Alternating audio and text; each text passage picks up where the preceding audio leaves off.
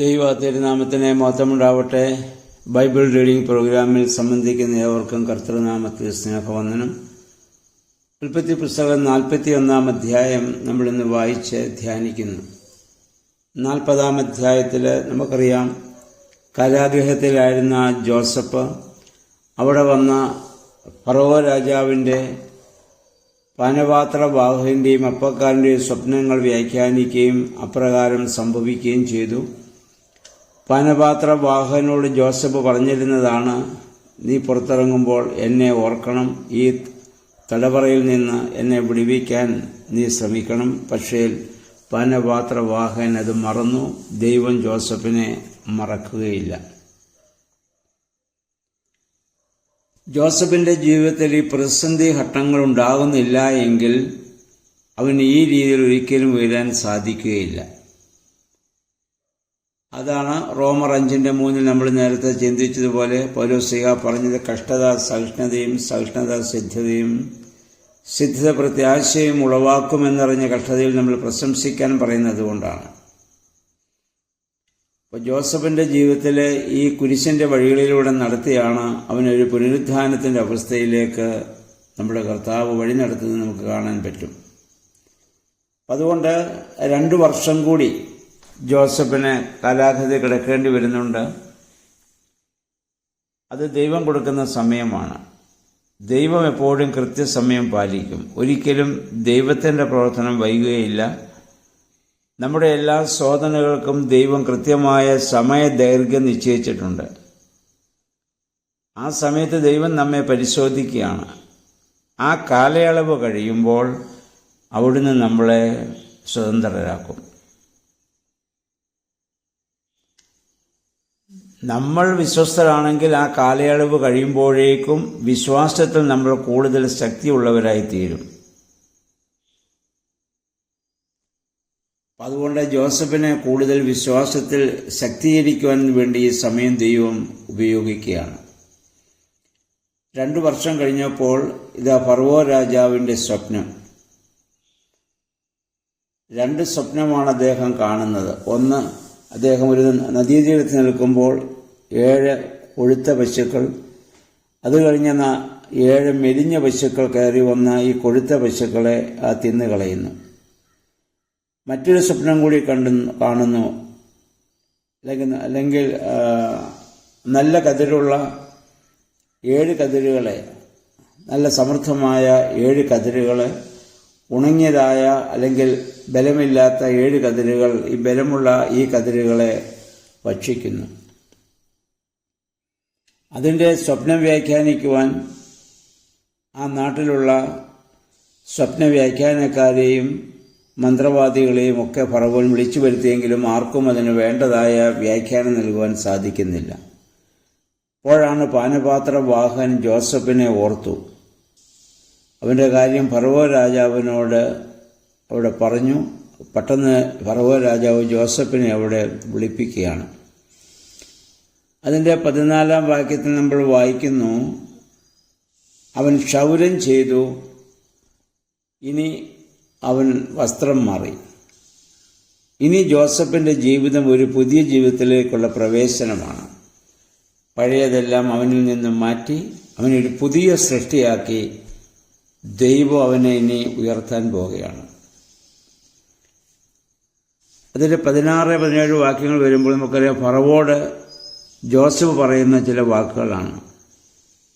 സ്വപ്നം വ്യാഖ്യാനികളുടെ കഴിവ് എൻ്റെ കഴിവല്ല, എന്നാൽ ദൈവം ഫറവോയ്ക്ക് തൃപ്തികരമായ ഉത്തരം നൽകുമെന്നാണ്. എന്ന് പറഞ്ഞാൽ അതിനുള്ള മഹത്വം ജോസഫ് ഇവിടെ ദൈവത്തിനാണ് കൊടുക്കുന്നത്. എല്ലാ ഉയർച്ചയിലും ദൈവത്തിന് മഹത്വം കൊടുക്കുവാൻ ഒരു ദൈവവൈതലിന് സാധിക്കണം. ജോസഫിനതിവിടെ സാധിക്കുന്നുണ്ട്. നമ്മളൊക്കെ ഉയർച്ചയും അതുപോലുള്ളതായ നല്ല അനുഗ്രഹങ്ങളും വരുമ്പോൾ നമ്മുടെ കഴിവ് കൊണ്ടും നമ്മുടെ പ്രാപ്തി കൊണ്ടും നമ്മൾ നേടിയെടുത്തു, നമ്മുടെ ബുദ്ധി കൊണ്ട് നമ്മൾ നേടിയെന്നുള്ള ഒരു അഹന്തയിലേക്കാണ് സാധാരണ പലപ്പോഴും മനുഷ്യൻ വീണു പോകുന്നത്. അതിൽ നിന്ന് ദൈവമാണ് അതിനുള്ള കഴിവ് തന്നതെന്നും അവസരം തന്നതെന്നും സാഹചര്യം തന്നതെന്നും ഉള്ള ഒരു ബോധ്യം നമുക്കുണ്ടെങ്കിൽ ഒരിക്കലും നമുക്ക് അഹന്ത നമ്മിൽ ഉണ്ടാവുകയില്ല. ദൈവം നമ്മിൽ പ്രവർത്തിക്കുന്നില്ല എങ്കിൽ നമ്മളാരും ഒന്നുമല്ല എന്ന് നമ്മളെപ്പോഴും ഓർത്തിരിക്കേണ്ടതാണ്. ഇപ്പോൾ ഫറവോ രാജാവ് കണ്ട സ്വപ്നം രണ്ടും ഒന്നാണെന്ന് ജോസഫ് ഇവിടെ പറയുന്നു. അതിൻ്റെ പ്രാധാന്യവും അതിൻ്റെ തീർച്ചയും കാണിക്കുവാനാണ് 2 പ്രാവശ്യം ഇങ്ങനെ കാണിക്കുന്നത്. ഇപ്പോൾ ജോസഫ് സ്വപ്ന വ്യാഖ്യാനം ഇവിടെ നടത്തുകയാണ്. വരാനുള്ള കാര്യം അദ്ദേഹം ഇവിടെ പ്രവചിക്കുന്നുണ്ട്.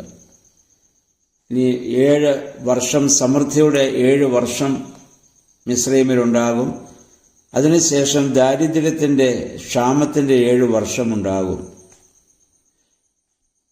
ഇവിടെ നമ്മൾ കാണേണ്ടത് ഒരടിമയായ ഒരു തടവുകാരനായ ഈ നിസ്സാരനായ മനുഷ്യൻ സിംഹാസനിരിക്കുന്ന രാജാവിന് നല്ല ഉപദേശം കൊടുക്കേണ്ട സാഹചര്യമുണ്ടാവുന്നു.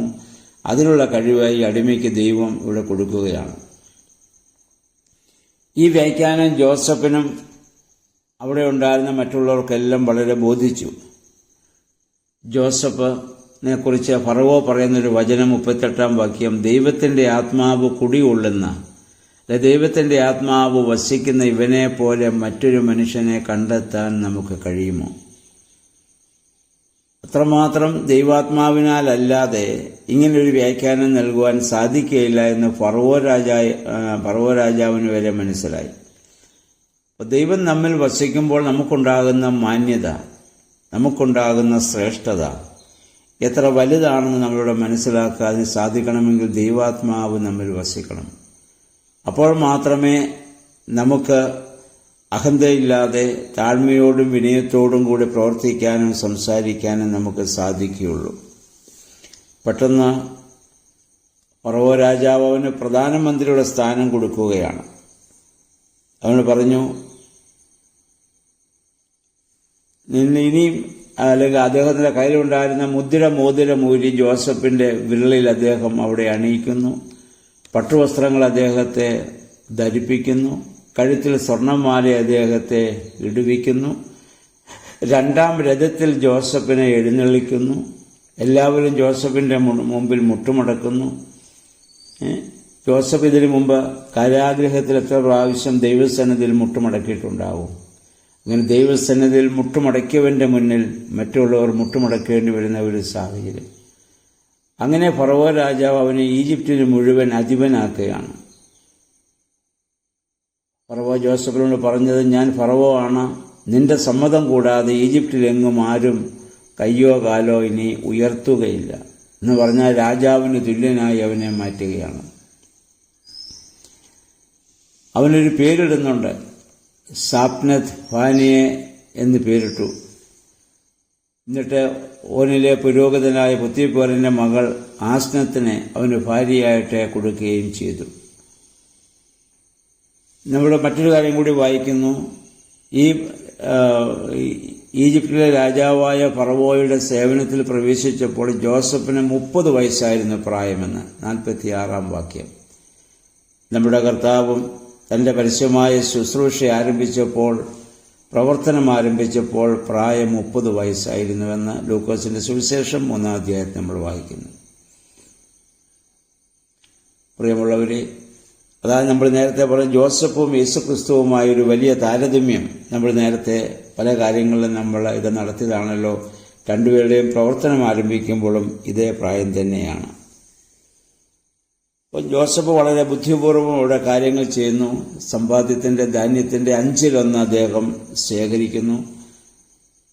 അങ്ങനെ അദ്ദേഹം ബുദ്ധിപൂർവ്വം ചെയ്ത പ്രവർത്തനമാണ് ആ രാജ്യത്തെ ക്ഷാമത്തിൽ നിന്ന് രക്ഷിക്കാൻ പിന്നീട് കാരണമായിട്ട് തീർന്നത്.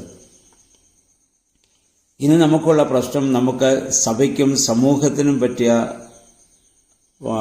അബദ്ധം എന്തെന്ന് ചോദിച്ചാൽ, ഭാവിയെപ്പറ്റി ദീർഘവീക്ഷണമുള്ളവർ നേതൃത്വത്തിലേക്ക് വരുന്നില്ല എന്നുള്ളതാണ്. അത് സഭയിലായാലും സമൂഹത്തിലായാലും ഇന്നത്തെ സ്ഥിതി ഇതാണ്. ഭാവിയെപ്പറ്റി ദീർഘവീക്ഷണമുള്ളവർ ആ സ്ഥാനത്ത് വന്നെങ്കിൽ മാത്രമേ സഭയ്ക്കായാലും സമൂഹത്തിനായാലും നിലനിൽപ്പും വളർച്ചയും സംരക്ഷണവും ഉണ്ടാവുകയുള്ളൂ. ആ ഭാവിയെപ്പറ്റി കാഴ്ചപ്പാടുണ്ടാകണമെങ്കിൽ ഈ പ്രപഞ്ച സൃഷ്ടാവായ ദൈവത്തിൻ്റെ മുമ്പാകെ നമ്മൾ സമർപ്പിക്കണം. ദൈവം നമ്മിൽ ഇടപെടാതെ, നമ്മിൽ പ്രവർത്തിക്കാതെ നമുക്കൊന്നുമാകാനാവില്ല. അതുകൊണ്ട് ജോസഫിൻ്റെ ഈ ജീവിതം നമുക്കൊരു വലിയ അനുഭവമാവട്ടെ. നമുക്ക് തന്നിരിക്കുന്ന സാഹചര്യം എന്തുമായിക്കൊള്ളട്ടെ, അവിടെ ദൈവഹിതത്തിന് നമ്മെ തന്നെ പൂർണ്ണമായി സമർപ്പിക്കുമ്പോൾ, ദൈവത്തിൻ്റെ സമയമാകുമ്പോൾ ദൈവം നമ്മെ ഉപയോഗിച്ചുകൊള്ളും. അതുകൊണ്ട് ദിവസവും നമ്മൾ പ്രാർത്ഥിക്കണം, ദൈവമേ, അവിടുത്തെ കരങ്ങളിലെ ഒരു ഉപകരണമായി മാത്രം ജീവിക്കുവാനും പ്രവർത്തിക്കാനും എന്നെ സഹായിക്കണമേ. ഞാനെന്ന ഭാവം പൂർണ്ണമായി വിട്ടുകൊടുത്ത് ദൈവം എന്നിൽ പ്രവർത്തിക്കുന്ന, സംസാരിക്കുന്ന ഒരു അനുഭവത്തിലേക്ക് കടന്നു വരുവാൻ തക്കവണ്ണം നമുക്ക് നമ്മെ തന്നെ പൂർണ്ണമായി സമർപ്പിക്കാം. ദൈവത്തിൻ്റെ പരിശുദ്ധാത്മാവ് അതിന് നമ്മെ സഹായിക്കുമാറാകട്ടെ.